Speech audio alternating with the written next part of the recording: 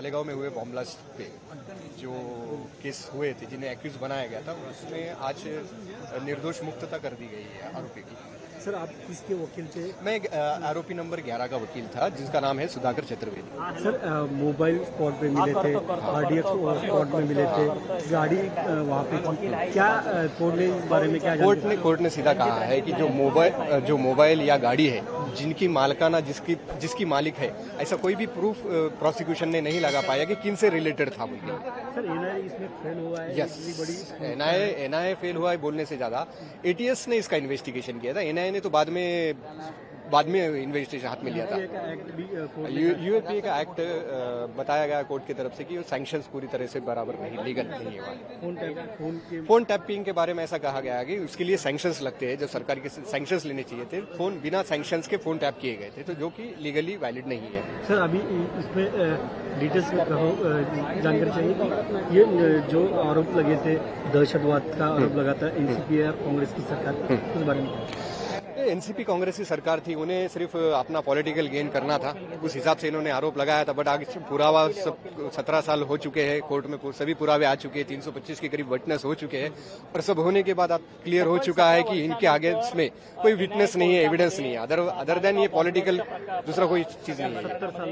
17 साल लगे। जितना तो हम जब थे तो तब तो जूनियर बोल के आए थे, आज हो गए 15-17 साल, हमको भी हो गए। अच्छा लगता है, बड़ी लंबी लड़ाई चली, जीत हुई, अच्छा लगता है। Court accepted that prosecution able to prove that there was an incident of blast and 6 people were died and 95 persons injured. But court told to the in the open court that prosecution totally failed to prove that there was any role of the all 7 accused persons who are facing the trial from 17 years. Prosecution failed to prove that the RTX were brought by the Colonel Purohit and it was assembled and transported by the accused persons to the spot of incident. It is also disclosed by the court that prosecution totally failed to prove that the bomb was planted on the LML Freedom vehicle, which was allegedly belongs to Sadhvi Pragya Singh. Therefore, the prosecution totally failed to prove the involvement of the accused persons. Also, one more thing, that terrorism has no religion, but convicted cannot be based on the moral grounds. What is that exactly? Please explain. Court accepted that this was very serious incident.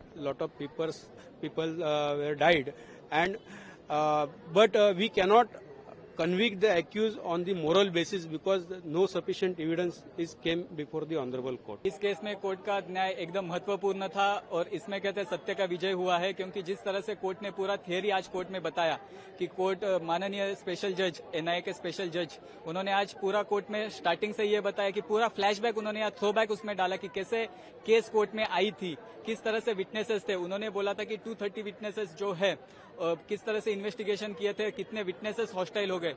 जो वो बोले थे कि जितने material witnesses prosecution ने लाए, उन्होंने उसको हॉस्टाइल डिक्लेयर कर दिया था, और उन्होंने उनके थियरी को, जो विटनेसेस प्रोसिक्यूशन ने लाए, उनको रिलायबल नहीं बोल के कोर्ट ने उनको ड्रॉप कर दिया था, और उस तरह से कोर्ट ने आरोपी के फेवर में जजमेंट दे दिया आज। तो आने वाले दिनों में क्या कुछ एक्यूज के लिए कुछ निर्देश जारी किए गए हैं, क्योंकि मामला जो है वो आने वाले दिनों में कोर्ट जो हायर कोर्ट है उसमें भी जाने की उम्मीद की जाता है। जैसे लॉ में प्रोविजन होती है कि अगर कोई अपील में जाता है तो उसके लिए एक बॉन्ड होता है कि 6 महीने तक वो बॉन्ड देना पड़ता है कि आप कोर्ट में, अपील कोर्ट में हाजिर रहोगे, वैसा बॉन्ड देने बोला है, वो आरोपी कंप्लाई करेंगे।